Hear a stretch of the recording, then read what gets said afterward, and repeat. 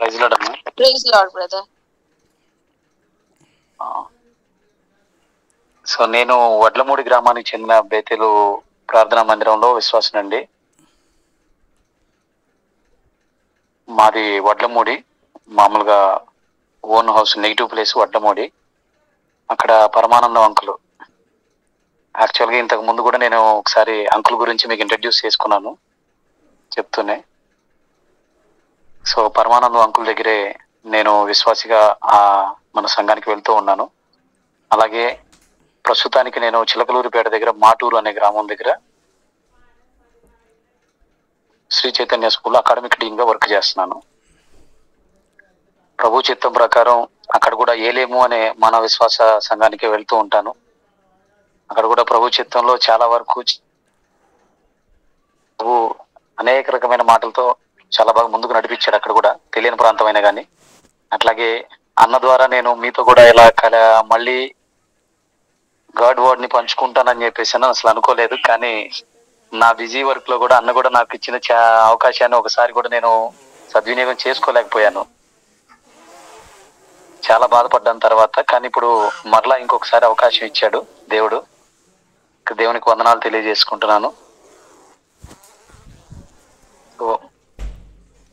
ఈరోజు ఒకసారి వార్డులోకి, అంటే మనం దేవుని మాటను తెలుసుకోబోయే ముందు ఒకసారి ఒక చిన్న 2 అధ్యాయాలని మనం చదువుకుంటూ వెళదాం అందరం.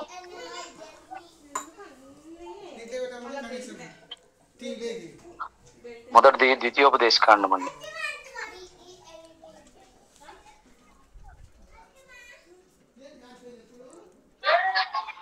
అన్న నా వాయిస్ క్లియర్ గానే ఉందా? yes brother. ఓకే. ద్వితీయోపదేశ కాండం 30వ అధ్యాయం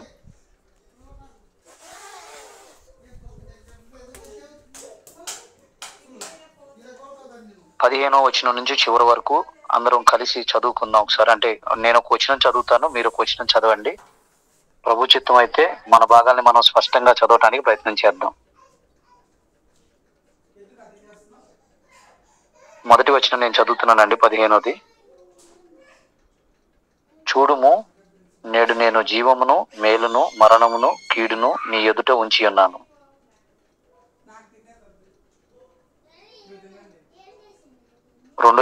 రెండో వచనము, నీవు బ్రతికి విస్తరించినట్లుగా నీ దేవుడైన యెహోవాను ప్రేమించి ఆయన మార్గములందు నడుచుకొని ఆయన ఆజ్ఞలను, కట్టడలను, విధులను ఆచరించుమని నేడు నేను నీకు ఆజ్ఞాపించుచున్నాను.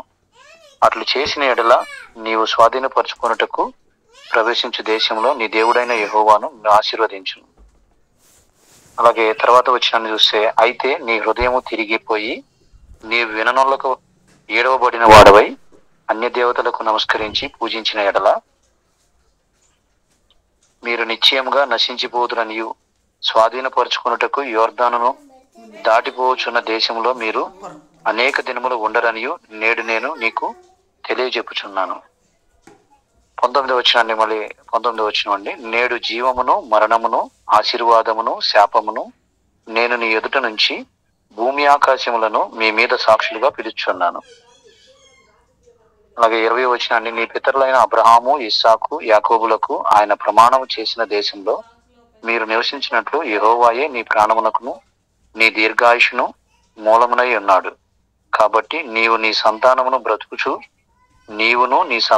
బ్రతుకుచు నీ ప్రాణమునకు మూలమైన నీ దేవుడైన యెహోవాను ప్రేమించి ఆయన వాక్యమును విని ఆయనను హత్తుకొన్నట్లు జీవమును కోరుకొనుడి. చాలండి. అలాగే కీర్తనలు 63వ అధ్యాయాన్ని కూడా ఒకసారి మనం చదువుకుందాం.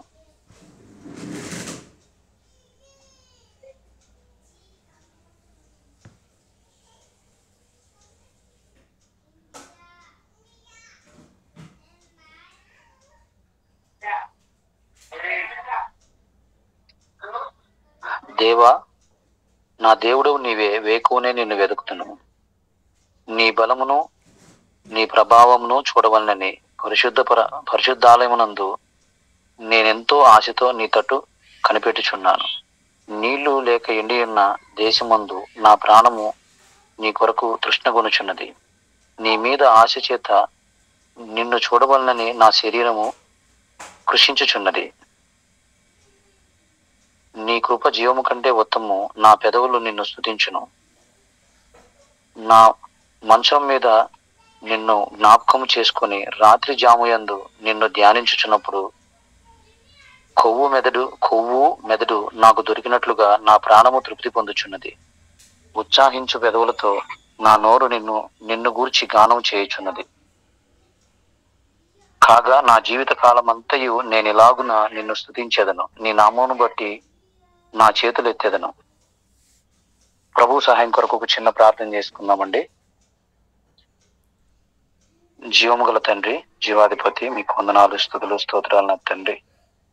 చదవబడిన నీ లేఖన భాగాన్ని బట్టి మీకు వందనాలు, స్తుతులు, స్తోత్రాలు నా దేవా.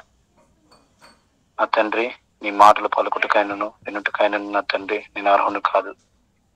అయినను నీ ఉచితమైన కృప, నీ కనికరం చూపునే నీ చిత్తానుసారంగా నన్ను నిబిడిగా చేసుకున్నావు. నీవు ఇచ్చిన రక్షణను బట్టి నీకు వందనాలు, స్తోత్రాలు. ఇటు రీతిగా ఈ ప్రశస్తమైన సమయాన్ని నాకు దయచేసిన విధానాన్ని బట్టి మీకు వందనాలు, స్తోత్రాలు. మీరు మాతో మాట్లాడండి. నా తండ్రి, నడినెత్తి నుంచి అరికాలు వరకు మీ రక్త ప్రోక్షణ దయచేసి మీరు పరిశుద్ధపరిచి మీ మాట నీ చిత్తమైతే నీ దాసుని నోట ఉంచి నీ రెక్కల చాటును భద్రపరిచిదను అని నీవు ఇచ్చిన వాగ్దానాన్ని నీ చిత్తమైతే నెరవేర్చండి. సహాయం చేయండి. మీ కాపుదలను ఇవ్వండి. చదవబడిన లేఖన భాగాల్లో నా తండ్రి మీరు ఏ విషయాన్ని మా ఉద్దేశించి మాతో మాట్లాడినారో అటు మాటలను నాతో మీరు మాట్లాడి సహాయం చేయమని నా తండ్రి వాతావరణాన్ని మీ స్వాధీనం ఉంచుకోనండి. కనిపించిన అంధకార శక్తిని శక్తి కలిగిన మీ నామంలో బంధించి దూరపరచమని యేసుక్రీస్తు ప్రభు వారి అత్యున్నత ఘనమైన నామంలో ప్రార్థించి పెడుకున్నాను తండ్రి. ఆమేన్.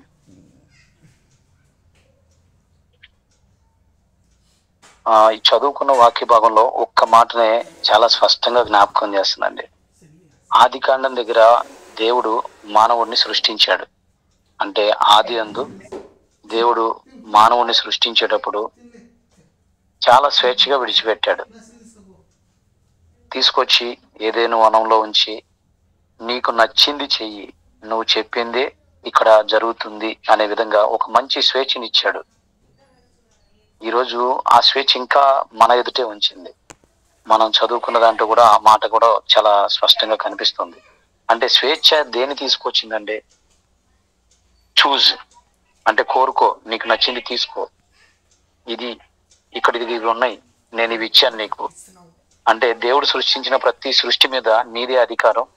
నువ్వు దేనికి ఏది పెట్టాలనుకుంటే అది పెట్టు, నీకేది కావాలనుకుంటే అది తీసుకో అన్నట్లుగా మానవుడికి మంచి స్వేచ్ఛనిచ్చి చూజ్ అనే ఆప్షన్ ఇచ్చాడు. అందుకనే ప్రభువారిని కూడా అపవాది ఒక మాట అడిగొద్ది.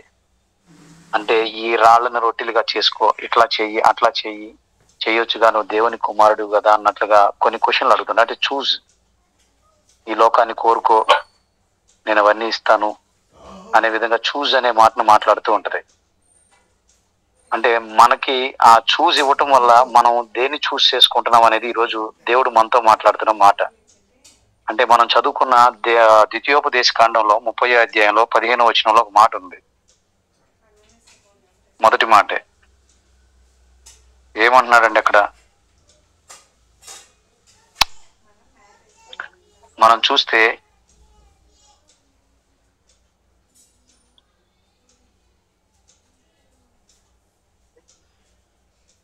ఈ 15వ వచనంలో ఫస్ట్ మొదటి మాట, చూడుము నేడు నేను జీవమును మేలును మరణమును కీడును నీ ఎదుట ఉంచి ఉన్నాను. అంటే ఇది ప్రతి మనిషికి ఇచ్చే ఒక చూజ్ అవకాశం లాంటిది. మన జీవితంలో నరులకు ఇచ్చిన అవకాశం కూడా అలాంటిదే దేవుడిచ్చింది. ఏమేమి ఉన్నాయి అంటే ఇక్కడ జీవమును మేలును మరణమును కీడును ఉన్నాయి. అంటే వీటిలో ఏది కావాలో కోరుకో అని చెబుతున్నాడు దేవుడు. ఏది కావాలని కోరుకుంటున్నాం మనం? అయితే ఈ చివరి మాటల్లో ఒక మాట అనేసాడు, చూజ్ అనే ఆప్షన్ నేను మీకు ఇస్తే మీరు ఏం చేశారో అనే దానికోసం ఈ చివరి వచనంలో ఒక మాట అంటాడు, మీరందరూ వర్ధిల్లునట్లు, మీ జీవితాలు వర్ధిల్లునట్లు దేన్ని కోరుకోవాలంటండి? ఓన్లీ ఒక్కటే కోరుకోమన్నాడు. 20వ వచనంలో ఆ మాట ఉంది, నీ పితరులైన అబ్రహాము, ఇస్సాకు, యాకోబులకు ఆయన ప్రమాణం చేసిన దేశంలో మీరు నివసించినట్లు యెహోవాయే నీ ప్రాణమునకును నీ దీర్ఘాయుకును మూలమై ఉన్నాడు. కాబట్టి నీవును నీ సంతానమును బ్రతుకుచు నీ ప్రాణమునకు మూలమైన నీ దేవుడైన యెహోవాను ప్రేమించి ఆయన కార్యములు విని ఆయనను హత్తుకొనున్నట్లు జీవమును కోరుకొనుడి. ఏం కోరుకోవాలంటండి చివరిగా? అంటే ముందు అవకాశం చాలా ఆప్షన్స్ తో వచ్చింది, చివరికి వచ్చేలకి ఒకే ఆప్షన్ ఉంది. అంటే దేవుడు ఎందుకని ముందున్న వాటన్నిటిని తీసేయటానికి వచ్చాడు అంటే, అన్ని చూపించినా గానీ విలువైన దాన్ని విడిచిపెడుతున్నాం. విలువైన జీవితంలో చివరి వరకు ఉండలేకపోతుంది. అందుకని చివరికి ఒకటే చెప్పాడు, అంటే ఏంటంటే జీవమును హత్తుకొనమన్నాడు. దేన్ని హత్తుకోమని చెప్తున్నాడండి? జీవమును హత్తుకోవాలి. అంటే జీవను మాత్రమే కోరుకోవాలంటున్నాడు. ఆయనను హత్తుకొని జీవను మాత్రమే కోరుకోవాలి. ఎందుకని ఇది మాత్రమే కోరుకోమన్నాడంటే, యోహాను సువార్తలో చాలా స్పష్టంగా మాట్లాడతాడు. ఆరాధ్యంలో నేనే జీవమునై ఉన్న పరలోకం నుంచి వచ్చిన ఆహారాన్ని, నా శరీరమును నా రక్తమును తీసుకొని వాడే నిత్య జీవం గలవాడు అని చెబుతాడు. అంటే జీవం అనేది కేవలం ఆయనే. అంటే ఇంకా ఆయన అనుసరించటం, ఆయనలా మార్చబడటం, ఆయన మార్గంలోకి వెళ్ళటం, ఇవే కోరుకోవాల్సింది. అవి ఉంటే సమస్తం ఉంటాయి అంటున్నాడు. నీ ప్రాణమునకును నీ దీర్ఘాయుషునకును మూలమై ఉంది. అంటే మనం జీవించాలనే ఆలోచనలో, అది కూడా చాలా ప్రశాంతంగా ఉండాలనే ఆలోచన మొత్తం కలిపి ఒకే దాంట్లో చూపించేశాడు. అది కూడా కేవలం ఆయన్ని హత్తుకొని ఆయనతో కూడా వెళ్ళటం, ఆయన కోరుకోవటమే చివరిగా అంతిమ గోలుగా. అంటే ఒక అంతిమంగా మనం దేన్ని తీసుకోవాలి అని చెప్పేసానంటే, దేవుణ్ణి మాత్రమే కోరుకోమని చెప్తున్నాడు. జీవాన్ని మాత్రమే కోరుకో.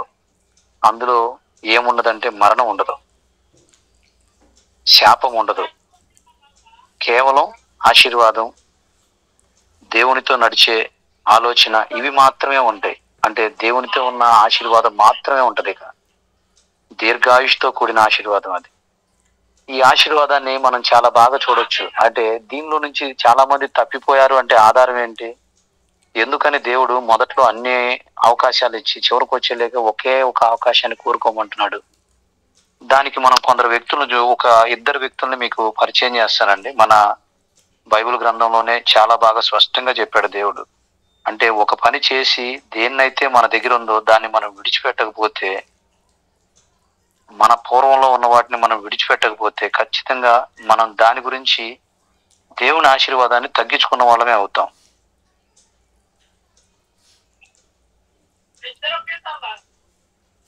అది కూడా మనకి రాజులు 2వ గ్రంథం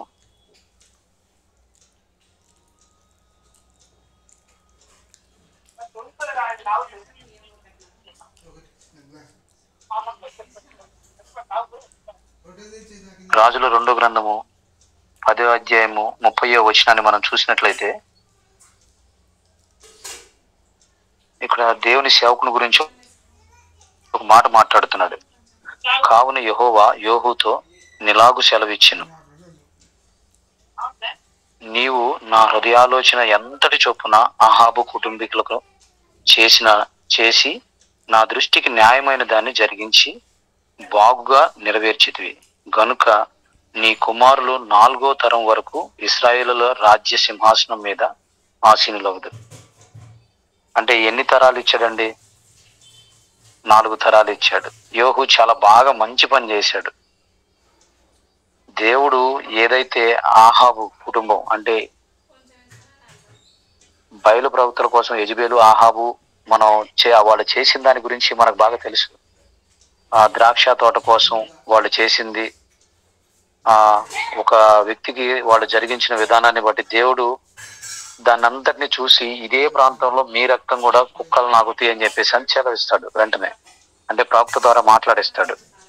కానీ చివరికి ప్రవక్తలందరినీ చంపేపిస్తూ ఉంటే, వారి కుటుంబీకుల్ని, బయలు ప్రవక్తల్ని చంపడానికి దేవుడు ఒక మాటను తీసుకొని ఇశ్రాయేల్ మీద ఒక రాజుని ఎంచుకున్నాడు. అతను యోహు. యోహు ఏం చేశాడంట? దేవుడు సెలవిచ్చింది ఏమనగా నా హృదయాలోచన, అంటే దేవుని హృదయాలోచన అంతటి చొప్పున జరిగించాడు. అంటే ఆయన హృదయంలో ఏది ఆలోచించి ఏది చెప్పాడో దాని మొత్తాన్ని యోహు జరిగించాడు. కానీ యోహు దగ్గర కూడా ఒక తొట్టుపాటు తప్పు ఉంది. ఇంకా ఏంటంటే అది, యోహు అది జరిగిస్తూనే తన పూర్వీకులు తీసుకొచ్చిన దూడల్ని తీసివేయకుండా వాటిని ఆరాధిస్తూనే వచ్చాడు. అంటే యోహు జీవితంలో తన గత జీవితంలో ఉన్న పాపంలో ఉన్నటువంటి ఆలోచనల్ని, గత జీవితంలో ఉన్నటువంటి క్రియల్ని అలాగే ఉంచుకుంటూ ముందు జీవితంలో చాలా దేవుని ఆలోచనలు జరిగిస్తున్నాను కదా అని ముందుకు వెళ్ళాడు. అంటే లోకాన్ని చూసి భయపడుతూ తనలో ఉన్న ఆలోచనల్ని అలాగే ఉంచాడు, తనలో ఉన్న క్రియలను అలాగే ఉంచాడు. దానివల్ల ఎంత ఆశీర్వాదాన్ని పొందుకోగలిగాడు? 4 తరాల వరకే ఆశీర్వాదాన్ని పొందాడు. అయితే కీర్తన గ్రంథంలో మనం 63వ కీర్తనలో ఒక మాట చదువుకుంటూ వచ్చాం. దేవా నా దేవుడవు నీవే, వేకునే లేచి నేను నిన్ను వెతికెదనని చెబుతున్నాడు దావీదు మహారాజు. అంటే ఇక్కడ యోహు జరిగించిన మాటల్ని మనం చూస్తే కిందకు వెళ్ళి ఒకసారి 2 రాజుల గ్రంథం 10వ అధ్యాయం 30వ వచనాన్ని ఒకసారి మనం చూసుకుంటే అక్కడ జరిగిన దానికి ఇక్కడ జరిగేదానికి మనకి ఒక చిన్న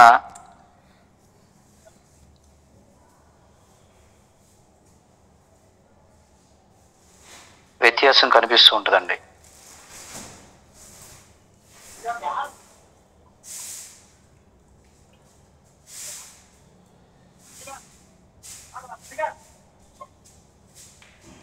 అయితే ఇశ్రాయేలు వారు పాము చేయుటకు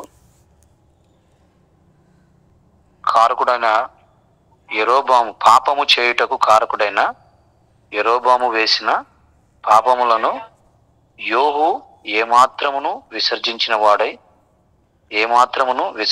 వాడై ఇశ్రాయేలుల దేవుడైన యెహోవా నియమించిన ధర్మశాస్త్రమును పూర్ణ హృదయంతో అనుసరించుటకు శ్రద్ధాభక్తులు లేనివాడాయను. ఏమి లేనివాడైపోయాడండి యోహు జీవితంలో?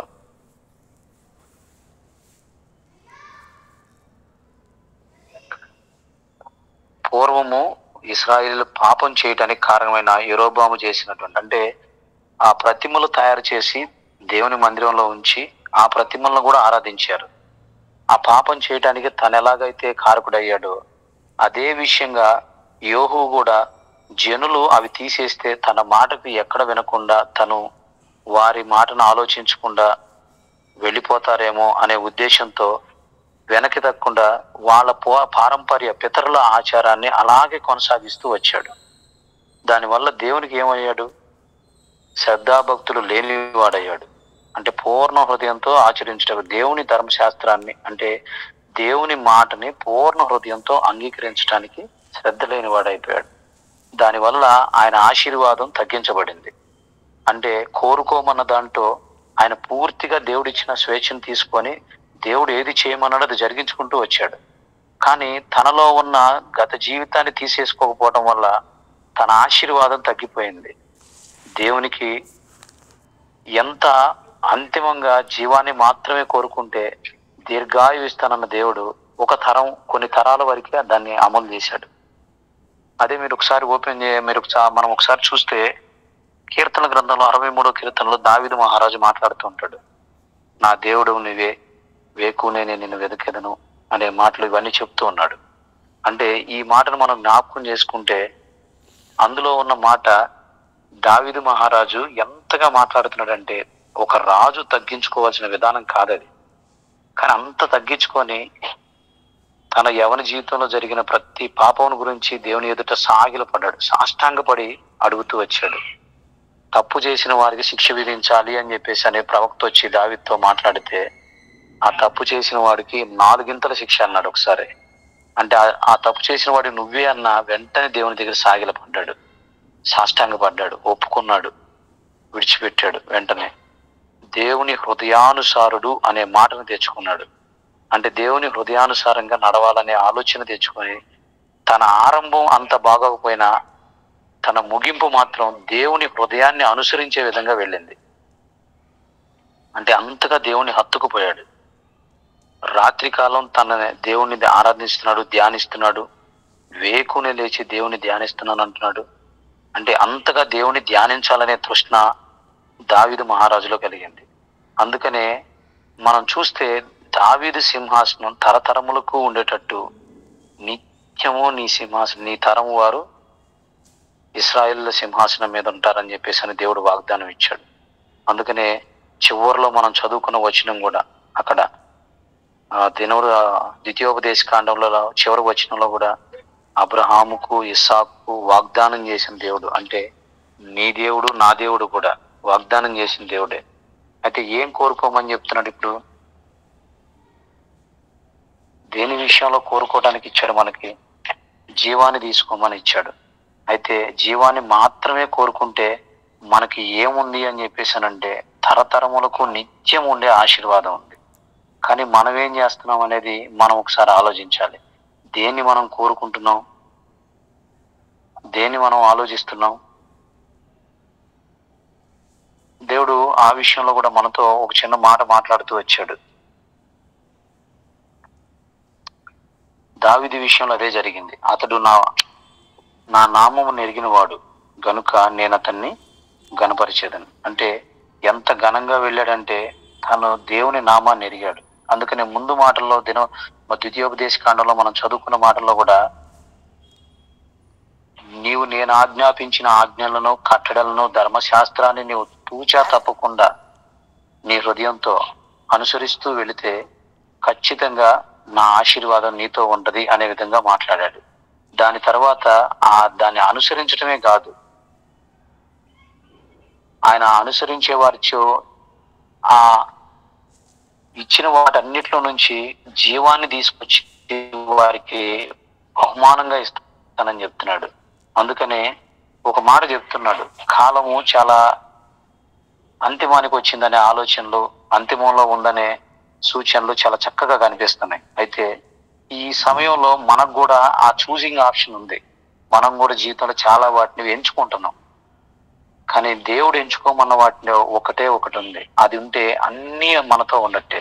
అందుకనే ఇక్కడ ఒక మాట అంటాడు సామెతల్లో 8:17, నన్ను ప్రేమించు వారిని నేను ప్రేమించుతున్నాను, నన్ను జాగ్రత్తగా వెతుకువారు నన్ను కనుగొందురు.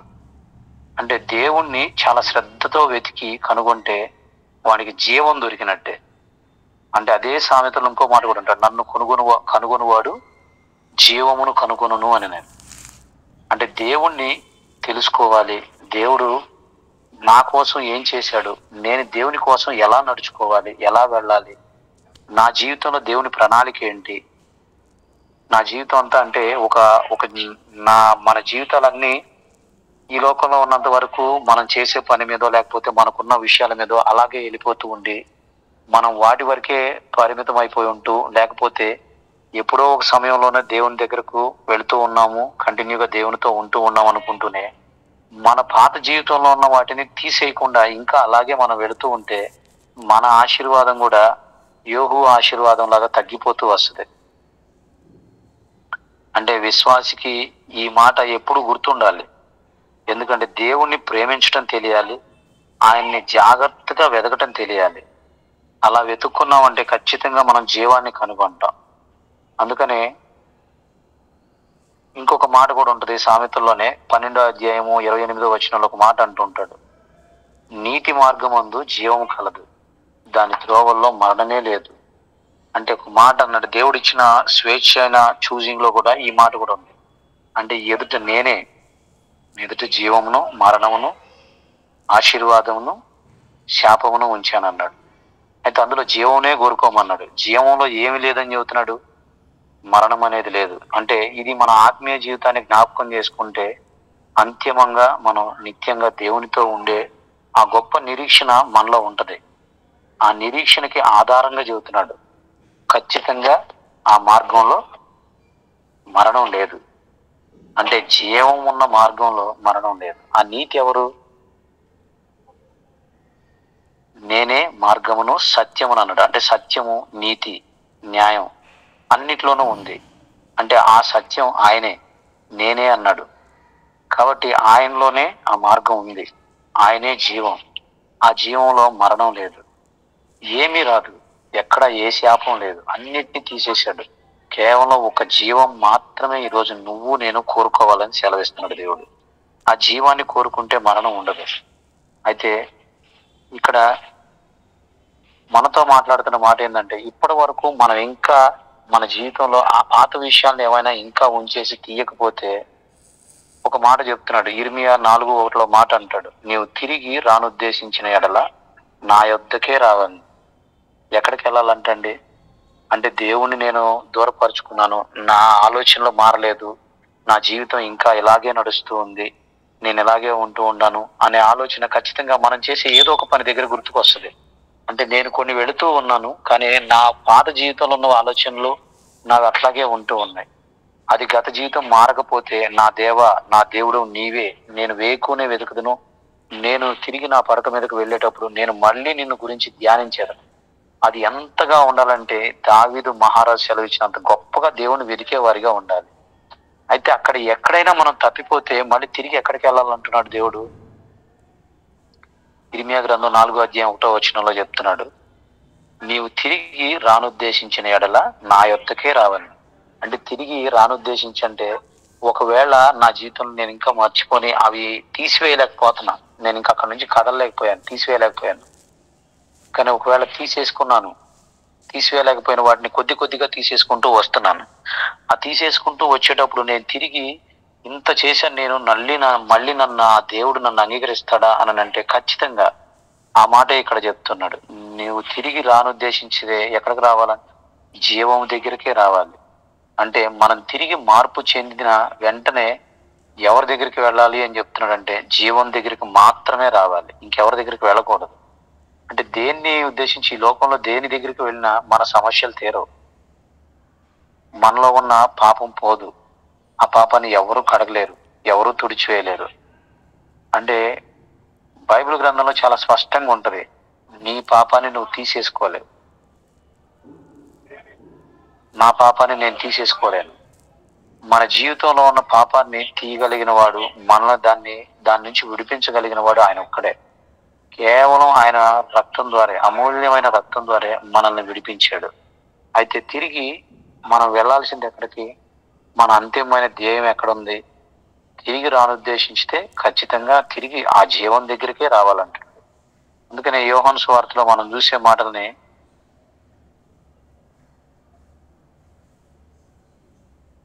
యోహాను సువార్తలో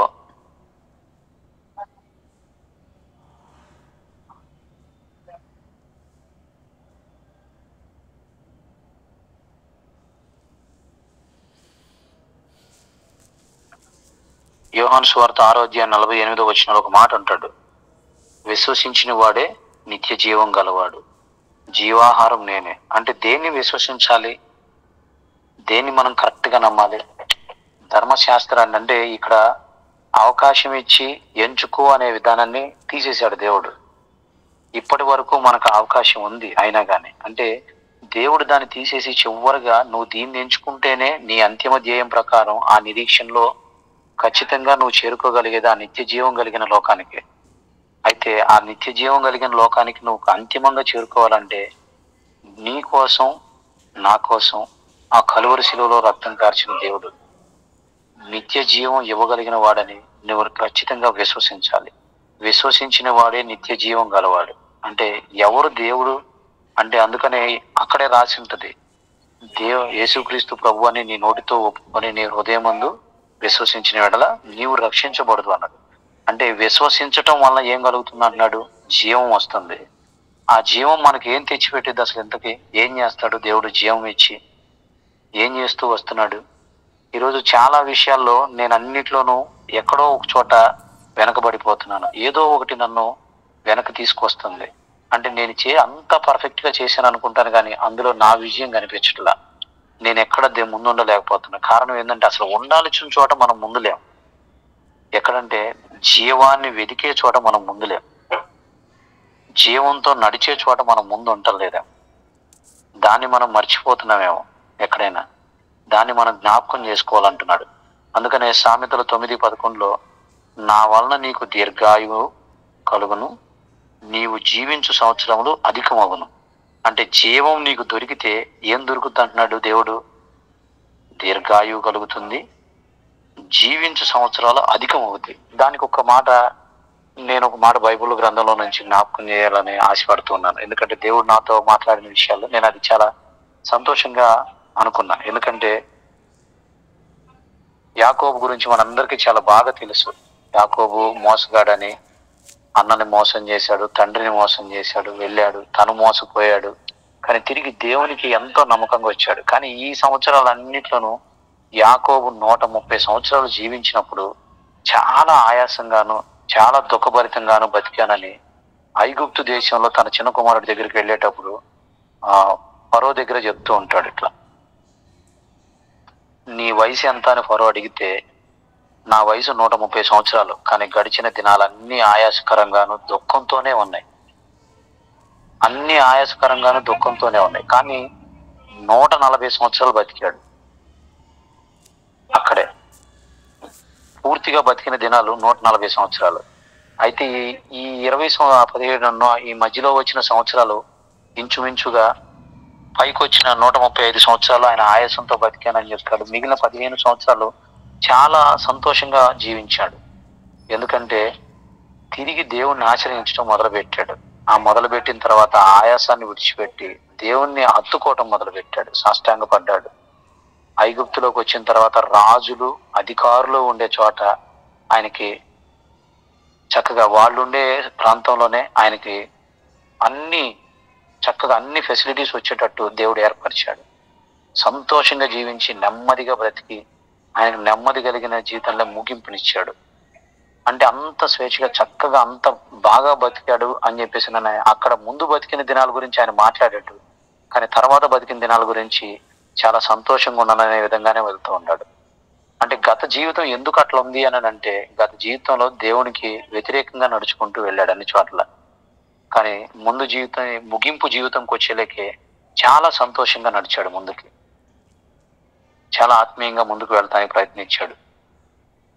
దాన్ని బట్టే ఆయన జీవితం అంతా ఒక 15 సంవత్సరాలు 17 సంవత్సరాలు చాలా సంతోషంగా దేవుణ్ణి హత్తుకొని జీవించినట్టు, ఆయన ప్రశాంతత పొందినట్టు ఫీల్ అయినట్టు చెప్తూ ఉంటాడు అక్కడ. అంటే అంత నెమ్మది ఎక్కడి నుంచి వచ్చిందంటే, నా వలన నీకు దీర్ఘాయువు కలుగును, నీవు జీవించు సంవత్సరములు అధికమగును. అంటే దేవుని వలన దీర్ఘాయువు కలుగుతుంది, ఆయన జీవించు సంవత్సరాలు అధికం అవుతాయి అని చెప్పేసి. అంటే అన్ని సంవత్సరాలు బతికి కూడా తన పితరులు ఎంత కాలం బతికారో చెప్పాడు. అంత ఎక్కువ బతికారు. అబ్రహాం జీవించిన సంవత్సరాల గురించి చెప్పాడు, తండ్రి ఇస్సాకు జీవించిన సంవత్సరాల గురించి చెప్పాడు. తన జీవించిన సంవత్సరాల గురించి మాత్రం నా జీవితంలో అంతా ఆయాసమే కలిగి ఉందని చెప్పాడు. ఎందుకంటే అన్ని సంవత్సరాలు నేను అవిధేయంగానే నడుచుకుంటూ వచ్చాను. అంటే నాకు దేవుడి పట్ల నమ్మకం ఉంది. ఆ సంవత్సరాలు అన్నింటిలోనూ దేవుడిని వెతుకుతూనే ఉన్నాడు, ప్రాధేయపడుతూనే ఉన్నాడు. కానీ అనేక సార్లు తప్పిపోతూ వచ్చాడు. కానీ తిరిగి ఏం చేశాడండి, చివరిగా తన ముగింపు సమయంలో తన నెమ్మదితో జీవించినట్టు మనం చూస్తూ ఉన్నాం. అంటే అంత చక్కనైన నెమ్మది ఎక్కడి నుంచి వచ్చిందంటే, జీవాన్ని వెదికాడు యాకోబు. ఇశ్రాయేలు ఈ జీవాన్ని వెదికాడు. జీవంతో కలిసి నడవాలనుకున్నాడు. ఆ జీవం ఈరోజు మనం వెతికితే దొరుకుతుందంటే ఖచ్చితంగా దొరుకుతుంది. మనకు కూడా జీవం చాలా సమీపంగా ఉంది. అందుకనే ఒక మాట అంటుంటాడు ఇక్కడ యెషయా గ్రంథం 43:19, ఇదిగో నేను ఒక నూతన క్రియ చేయుచున్నాను, ఇప్పుడే అది మొలుచును. అంటే జీవం గురించి చెప్పేటప్పుడు ఇప్పుడే మొలుచును అంటే ప్రతిదీ ఇప్పుడే జీవిస్తుంది. దానికి జీవాన్ని ఇస్తున్నా, ప్రతి ఒక్క జీవికి జీవాన్ని ఇస్తున్నా. ఆ జీవం ఎలా ఉంటుందంటే నూతనంగా వస్తుంది మళ్ళీ తిరిగి. అంటే పాతవన్నీ గతించిపోవాలి. ఇంకా యోహులాగా దేవుని ఆశీర్వాదాన్ని కొద్దిగా చేసుకోకూడదు, లేకపోతే యాకోబులాగా ప్రయాసమైన జీవితాన్ని జీవిస్తున్నాం ఈ లోకంలో, అది మన జీవితంలో ఉండకూడదు అంటున్నాడు దేవుడు. ఇంకా ఎందుకంటే మనల్ని ఎంచుకో అని చెప్పేసి దేవుడు ఒక స్వేచ్ఛనిచ్చి ఎంచుకోమంటే, మనం దేవుడు ఏది వద్దంటున్నాడో దాన్ని ఎంచుకోవడానికి ప్రయత్నిస్తున్నాం ఎక్కువగా. అందరం ఆశీర్వాదానికి వరతాం.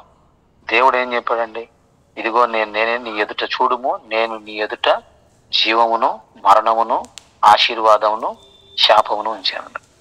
దేని కోరుకుంటున్నాం? దేవుడు నన్ను ఆశీర్వదించాలి, దేవుడు నన్ను గొప్ప చేయాలి అనుకుంటున్నాం ఎప్పుడు. కానీ దేవుడు ఏం చెబుతున్నాడు చివరిగా అంతిమంగా? ప్రభువారు ఏం సెలవిస్తున్నాడు? నీవు జీవాన్ని కోరుకో, అన్నీ నీతో ఉంటాయి. నాకు ఒక స్టోరీ కూడా నేను పిల్లల్ని మోటివేట్ చేయడానికి చెప్పేవాడిని అండి. ఇది అంటే నేను అంటే చెప్పవచ్చో లేదో, కానీ నేను చెప్పాలనుకుంటున్నాను ఒక మాటగా.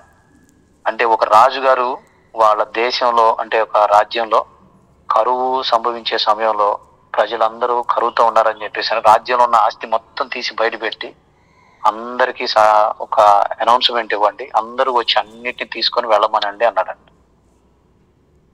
వజ్రాలు ఉన్నాయి, బంగారం ఉంది, వెండి ఉంది, అన్నీ ఉన్నాయి. అన్ని తీసుకెళ్తున్నారు ప్రజలు వచ్చి, వారికి ఎంత కావాలో అంత తీసుకెళ్తున్నారు. ఒక యవనస్తుడు వచ్చి రాజుగారిని భుజం మీద ఎత్తుకొని వెళ్ళిపోతున్నాడంట.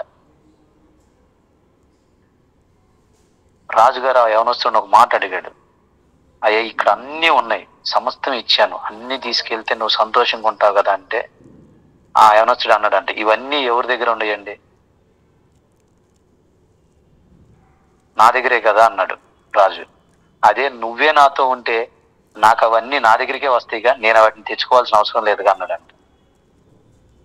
అంటే ఎంత స్పష్టంగా నేను దేన్ని ఎంచుకుంటున్నాను, నా గురి ఏంటి, నా జీవితంలో నా గురి నేను వెళ్ళాలనుకుంటున్న ఆ నిత్య జీవం కలిగిన రాజ్యమా, లేకపోతే ఈ లోకంలో దేవుడిచ్చే ఆశీర్వాదమా? ఇక్కడ ఉంచే ఆశీర్వాదం గురించి ఆలోచిస్తూ ఇక్కడే ఆగిపోవాలనుకుంటున్నానా నా ఆలోచనలు పెట్టుకొని, లేకపోతే నేను ఆ నిత్య జీవాన్ని కోరుకొని దేవునితో కూడా నిత్యం జీవించాలనుకుంటున్నానా, ఆయన పాద సన్నిధిలో ఉండాలనుకుంటున్నాను. నిత్యం ఆయన దావీదు మహారాజులాగా నిత్యము నేను స్తుతించేదను. ఎప్పుడు నేను ఎల్లప్పుడూ నేను స్తుతిస్తాను. ఎలాగంటే నేను ఉదయాన్నే నిన్ను వెతుకుతాను, రాత్రి నిన్ను వెతుకుతాను, మధ్యాహ్నం నిన్ను వెతుకుతాను, నీవు దొరికేంత వరకు వెతుకుతాను. ఎందుకంటే బైబిల్ గ్రంథంలో చాలా స్పష్టమైన మాటలు ఉన్నాయండి. ఏంటంటే కొంతకాలం అయిన తర్వాత ఆయన దొరకడు, ఇంక నువ్వు వెతుకుదామన్నా దొరకడు. ఎందుకంటే ఆ రోజులు ఇప్పుడే కనిపిస్తూ ఉన్నాయి. అనేక చోట్ల ఆ విషయాన్ని వింటూ వస్తున్నాం కూడా. ఇప్పటికైనా మనం మన జీవితంలో, గడప జీవితంలో ఉన్న వాటిని ఏవి ఇంకా అలాగే ఉండిపోతూ ఉన్నాయి. అంటే యోహు ఆలోచించిన విధంగా మనం కూడా అలాగే ఆలోచిస్తూ ఉన్నాం. దేవుని హృదయానుసారంగా అన్ని చేస్తున్నాం, కానీ విడిచిపెట్టవలసిన వాటిని పారంపర్య ఆచారంగా వస్తున్నాం. మన పితరుల ఆచారాలు లాంటి వాటిని మనం ఇంకా వదిలిపెడతలేదేమో. అంటే అలాంటిది మన ఆలోచన అవ్వచ్చు, మన క్రియలు అవ్వచ్చు, మన హ్యాబిచుయేషన్స్ అవ్వచ్చు, మన కుటుంబంలో వచ్చే కొన్ని పనులు అవ్వచ్చు. ఏవైనా సరే దేవునికి ఇష్టం లేనిది ఏది నా జీవితంలో ఉండకూడదు ఇంకా. ఎందుకంటే నేను జీవాన్ని పట్టుకున్నా, జీవంలో నా దగ్గర శాపం ఉండకూడదు, మరణం అనేది నా జీవితంగా నా గృహం చుట్టూ రాకూడదు అనే కంచె చుట్టూ ఉండాలంటే ఖచ్చితంగా మనం ఏం చేయాలి? ఖచ్చితంగా మనం ఆ జీవాన్ని వెతకాలి, ఆ జీవం మనతో ఉండాలి. అందుకనే జీవాన్ని వెతకాలంటున్నాను. మనకి లేక బైబిల్లో చెప్పినట్టు ఆయన సమీపంగా ఉండగానే ఆయన వేడుకొనండి. సమీపంగా ఉండగానంటే ఆయన ఇప్పుడే సమీపంగా ఉన్నాడు, నీకు నాకు, నా చేతిలో నీ చేతిలో ఈరోజు పరిశుద్ధ గ్రంథం ఉంది. అందుకనే నేనే వాక్యమే దేవుడై అన్నాడు. అంటే ఆది యందు వాక్యం ఉండెను, వాక్యం దేవుని యొద్ద నుండి, వాక్యమే దేవుడై ఉండెను అన్నాడు. ఆ జీవం ఇక్కడే ఉంది. నా మాటలు జీవం కలిగినవి. అవి ఎండిన ఎడారిలో కూడా నీటిని పుట్టించగలవు. దేవుడు సెలవిస్తున్న మాటలు ఇవన్నీ. అంటే ఎండిన ఎడారి లాంటి జీవితాన్ని కూడా ఆయన బాగు చేయగలడు. ఎంత పెద్ద సమస్యనైనా ఆయన తీర్చగలడు. కానీ ఎప్పుడు తీర్చగలుగుతాడు? ఎప్పుడు ఆయన ఇవన్నీ మన జీవితంలో చేస్తాడు? ఎప్పుడు నువ్వు నేను ఆయన ఎదుట సాగిలపడి ఆ జీవాన్ని మాత్రమే హత్తుకుంటాము, ఆ రోజు మన జీవితాలు ఆయన చూపించిన విధంగా ఆశీర్వాదంతోనూ జీవంతోనూ నిండుకొని ఉంటాయి. లేకపోతే నువ్వు నేను దేవునికి దూరం అని అవుతాం, దేవునికి చేరువు కాలేము. మన జీవితంలో కొద్ది మాత్రం ఆశీర్వాదాన్ని తీసుకొని ఈ గడిచే జీవితంలోనే ఇంతవరకే ఆశీర్వాదాన్ని పెంచుకుంటూ మనం ఉంటామేమో. అలా మనం ఉంటే ఖచ్చితంగా మనం దేవుని నిత్య రాజ్యానికి చేరలేం. అందుకనే ఖచ్చితంగా మనం నిత్య రాజ్యానికి చేరాలంటే మనం జీవాన్ని వెతకాలి, ఆ నిత్య జీవాన్ని వేడుకోవాలి, నిత్య జీవానికి చేరువవ్వాలి. మన అంతిమ లక్ష్యం కూడా అదే అవ్వాలని దేవుడు సెలవిస్తూ ఉన్నాడు. అందుకనే నూతన క్రియ జరుగుతుంది, అది దేవుడు పుట్టిస్తున్నాడు. ఈరోజు మన జీవితంలో కూడా, నా జీవితంలో, నీ జీవితంలో కూడా ఎక్కడ మనం ఇంకా మన పాత జీవితాన్ని జ్ఞాపకం, ఎందుకంటే ఇది విశ్వాసులకు చాలా ప్రాముఖ్యమైన విషయాన్ని తెలియజేస్తా ఉంది. విశ్వాసి జీవితంలో మనం జాగ్రత్తగా జ్ఞాపకం చేసుకోవాల్సింది ఏంటంటే, నేను దేవుని రక్తం చేత పరిశుద్ధపరచబడ్డాను, మార్చబడ్డాను అంటున్నాం. కానీ మన గత జీవితాన్ని మార్చగలుగుతున్నామా? వాటిని విడిచిపెట్టగలిగామా? పాత వాటిని వదిలేసామా? లేకపోతే మా నాన్నగారు పూర్వం ఇలా చేసేవాడు, నేను కూడా ఆ విషయాన్ని, కొన్ని విషయాలు ఇలాగే చేసుకుంటూ వెళ్ళాలి అనే విధంగానే వెళుతూ ఉన్నామా? ఏది దేవుని చిత్తమై ఉంది? ఎక్కడ మనం దేవుని చిత్తానుసారంగా వెళుతూ ఉన్నాం? అది మనల్ని జ్ఞాపకం చేసుకోవాల్సిన అవసరం చాలా ఉంది. ఎందుకంటే దేవుడు చాలా స్పష్టంగా ఇచ్చేశాడు చివరి భాగాన్ని, జీవమును మాత్రమే ఎంచుకోమని. ఆ జీవమును నువ్వు నేను ఎంచుకుంటేనే ఖచ్చితంగా మనం ఆయన నిత్య జీవంలోనూ నిత్య రాజ్యంలోనూ ఉండగలం. ఆ జీవాన్ని ఎంచుకునేలాగా నువ్వు నేను ఆయన సన్నిధిలో సాగిల పడితే దావీదు మహారాజు పొందుకున్న తరతరముల ఆశీర్వాదం నీతోనూ నాతోనూ ఉంటది. అందుకనే నేను నీతో ఉంటే నా వల్ల నీకేమొస్తుందంటే దీర్ఘాయువు కలుగును, నీవు జీవించే సంవత్సరంలో అధికం అవుతాయి. అంటే దీర్ఘాయువు అంటే అర్థం ఏంటండి? ఇది ఆత్మీయంగా వెళదాం.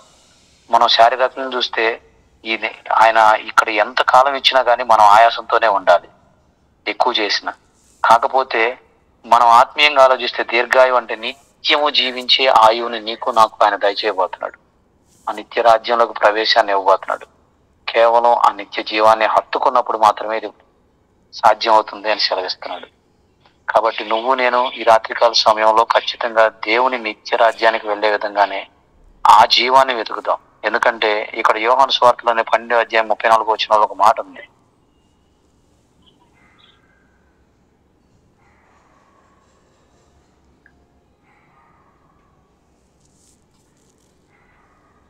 అధ్యాయం 35 మనం చూసినట్లయితే, అందుకు యేసు ఇంకా కొంతకాలము వెలుగు మీ మధ్య ఉండును, చీకటి మిమ్మును కమ్ముకొనుకుంటున్నట్లు మీకు వెలుగు ఉండగానే నడువుడి.